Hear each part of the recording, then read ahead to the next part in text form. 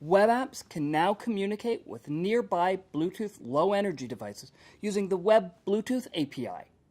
Position Sticky is back, making it easy to create elements that scroll normally until sticking to the top of the viewport.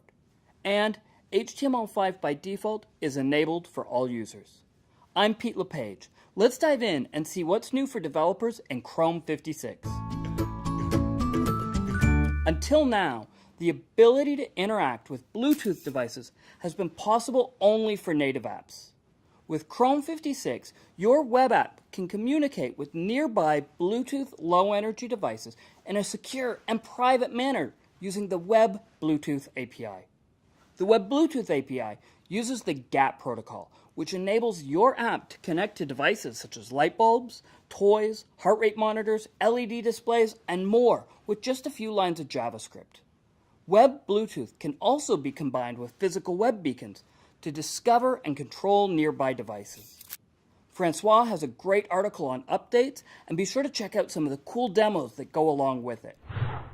Previously, building content headers that scrolled normally until sticking to the top of the viewport required listening to scroll events and switching an element's position from relative to fixed at a specified threshold.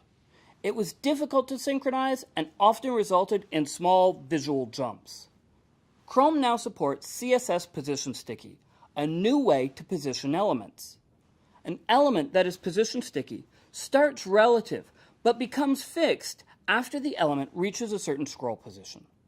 Simply set Position Sticky and set a threshold for it. Paul Kinlan has an update post about it linked in the description. Last August, we announced that we'd be moving to HTML5 by default to offer a safer and more power-efficient experience.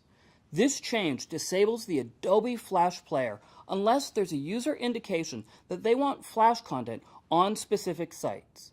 And eventually, all websites will require the user's permission to run Flash.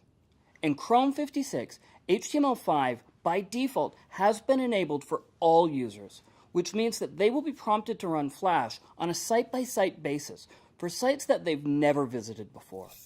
More details about how and when users will be prompted and recommendations on how to test your Flash site are linked in the description below. Of course, there's plenty more. WebVR is available as an origin trial, the WebGL 2.0 API is now available, and the Payment Request API has a variety of new features. Check the description for more details and links to documentation and specifications. If you want to stay up to date with Chrome and know what's coming, be sure to subscribe and follow Chromium Dev on Twitter. I'm Pete LePage, and as soon as Chrome 57 is released, I'll be right here to tell you what's new in Chrome.